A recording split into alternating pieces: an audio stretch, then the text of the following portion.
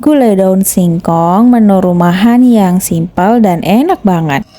Pertama-tama kita petikin dulu daun singkongnya. Kita ambil bagian yang masih muda ya guys daunnya. Di sini aku pakai daun singkong yang bentuknya tipis-tipis kecil gitu ya guys. Ada juga daun singkong yang daunnya lebar-lebar gitu guys.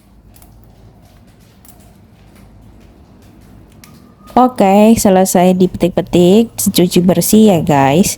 Lalu aku siapkan bumbunya, ada bawang merah, bawang putih, kemiri, jahe, kunyit, lada butir, dan juga ketumbar, dihalusin guys.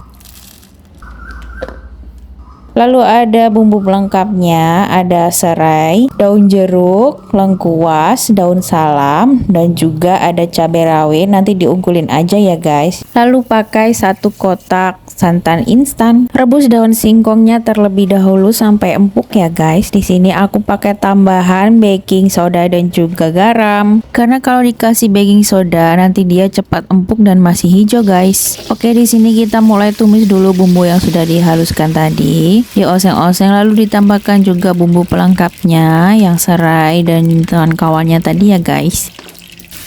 Dioseng-oseng terus sampai dia benar-benar matang. Kalau sudah matang kita masukkan santan kentalnya yang 1 kotak tadi, lalu ditambahkan dengan air dan dibumbui dengan garam, penyedap rasa dan juga gula ya guys.